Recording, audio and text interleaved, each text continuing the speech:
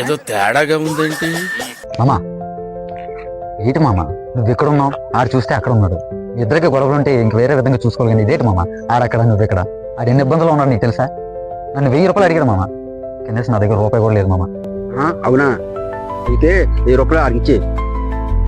Okay మామ. రే అశోకులు, ఏంటి అశోక్ ఇది?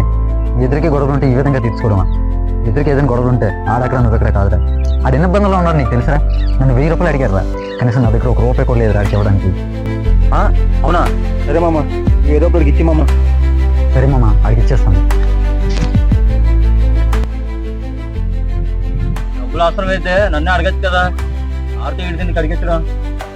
డబ్బులు అవసరం అయితే ఆడొచ్చి నన్ను అడగాలి కదా, ఆడి ఎందుకు పంపించడం? ఏంటి నీకు 1000 రూపాయలు ఇచ్చాను కదా. నేను కూడా నీకు 1000 రూపాయలు ఇవ్వమని చెప్పాను. మామా అయితే మన ఇద్దరు మోసం చేశాడు మామా. అవును మామ, మరీ ఇంత మోసమా? ఎవరిదిరా మామ మోసం?